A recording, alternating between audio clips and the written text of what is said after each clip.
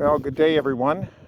We're once again at Pacific View Memorial Park on this lovely sunny day. There's a lot of activity going on around me. There's an interment getting ready, so I need to do this video quickly. Actually, this is take two. The first video I didn't even record.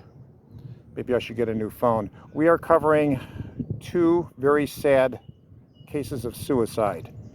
And again, in this video, I'm going to use synonyms and euphemisms because YouTube is not a free speech site, and I don't want them yanking this video if I use violent descriptors too often. Mitch Halpern, famous boxing referee. He began his career in 1991. He went on to referee 87 championship fights and hundreds of non-title fights around the world. The most prominent of the fights he refereed was the first Mike Tyson-Evander Holyfield fight for the heavyweight title at the MGM Grand in Las Vegas. Holyfield won that one in the 11th round in an upset. And Mitch was scheduled to come back and referee match 2 of Holyfield and Tyson, but Tyson's people objected to him being there, so Mitch withdrew. That second one turned out to be the famous ear bite. You can look that up online.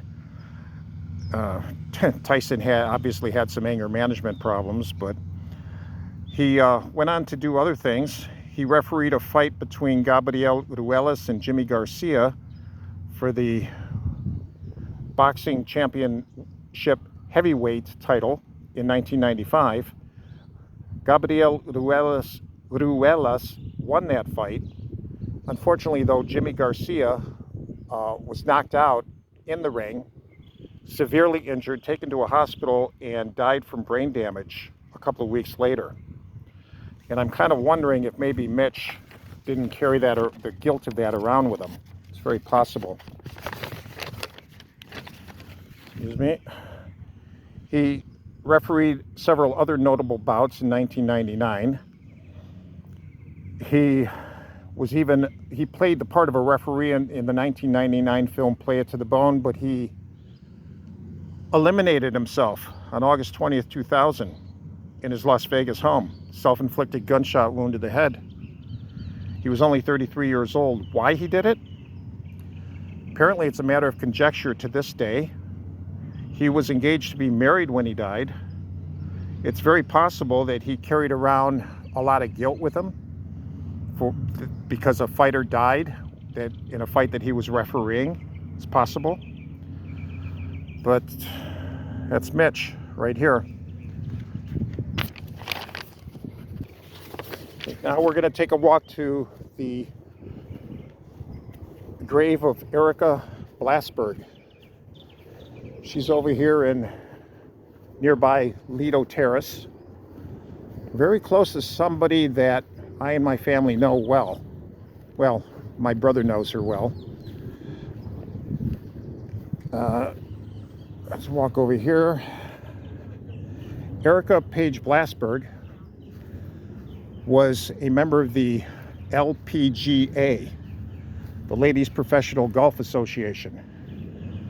She got her start in golf as a young girl in high school. She was born in Orange, California in 1984. She won some titles. She became a medalist in the 2000 U.S. Girls Junior in the quarterfinals. She attended the University of Arizona, played with the Arizona Wildcats, and had a good stroke average. In 2003, she managed 72 strokes on an average, which I'm not a golf person, but I understand that's great. She turned professional at 19 years of age. There's Karen Warner. Look at how close Karen Warner is to Laura's grave. Not Laura, I'm sorry, Erica. Keep calling her Laura. Erica P Blasberg.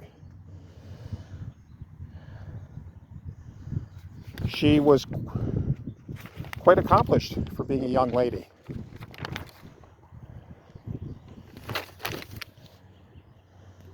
But apparently, though, no matter how hard she worked, it wasn't good enough for her. She was found dead with a plastic bag secured over her head in her bed at her home in Henderson, Nevada, not awfully far from where Mitch Halpern died. She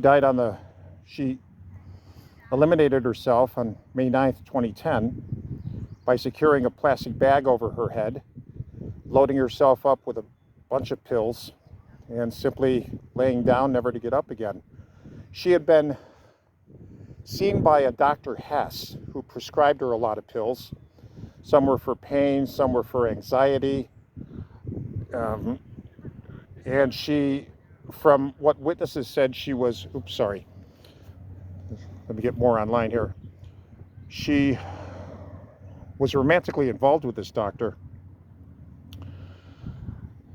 Police found Blasberg's suicide note and some of her prescription medications in the trunk of Dr. Hess's car. Dr. Hess apparently hid everything in the trunk of his car. He said it wasn't to throw the police off, it was simply to save the family humiliation and embarrassment. Well, he had to pay a fine for that and spend some time on probation. He pleaded guilty to a misdemeanor obstruction. Erica Blasberg's parents later filed a wrongful death and malpractice lawsuit against him, but they lost the case. The jury didn't find that he had any liability, and I agree with the jury. I don't see as how Dr. Hess caused her death. But this brings up an important issue. Why do people do this?